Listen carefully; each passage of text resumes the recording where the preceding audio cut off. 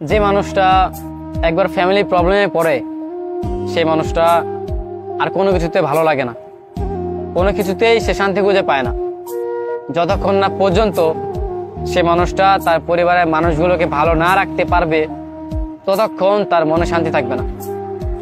ওই যে কথায় আছে না যে মধ্যবিত্ত ফ্যামিলির ছেলে মেয়েদের বুকে একটাই টেনশন থাকে, মাথায় একটাই টেনশন থাকে, তাদের বুকে একটাই ব্যথা থাকে, সেটা হচ্ছে গিয়া কেমন করে সে তার পরিবারটাকে ভালো রাখবে। একটা সময়ের পর গিয়ে দেখা যায় যে পরিবারের মানুষগুলো ভালো থাকে না শুধু টাকার জন্য।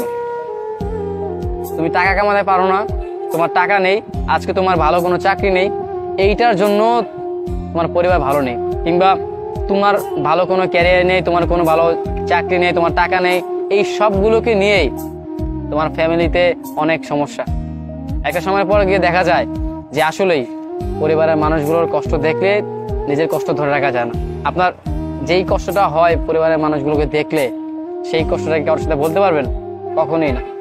নিজের ব্যথাগুলো একমাত্র নিজে জানেন, অথচ মানুষ ভাবে যে কতই না ভালো আছেন, কিন্তু ভিতরে ভিতরে আপনার মনের মাঝে কতটা ব্যথা জমে আছে, মাথায় কতটা চিন্তা আছে, সেটা শুধু একমাত্র আপনিই জানেন।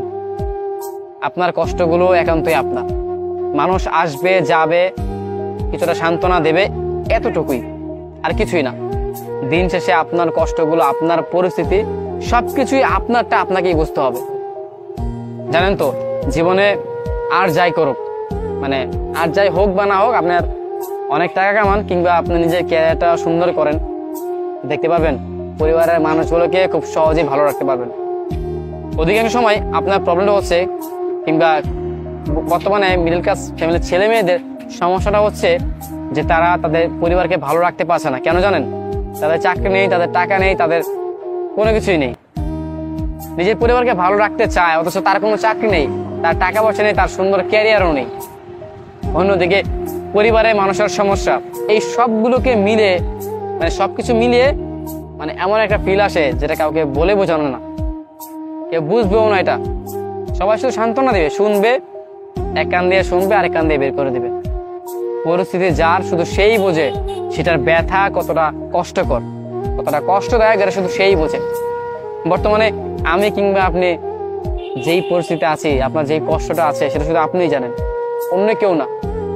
মাঝে মাঝে ইচ্ছা হয় যে নিজের ক্যারিয়ারটাকে যদি সুন্দর করে সাজাতে পারতাম, নিজের ক্যারিয়ারটাকে যদি অনেকটাই উন্নত করতে পারতাম, তাহলে সব সুখগুলো কিনে নিতাম। যেই জিনিসটার জন্য আজকে ফ্যামিলির মন খারাপ, যেই জিনিসটার জন্য আজকে ফ্যামিলিতে সবাই ভালো নেই, সে ফ্যামিলিতে এই সমস্যা সেই সমস্যা, সেই সমস্যাগুলো সমাধান করে ফেলতাম।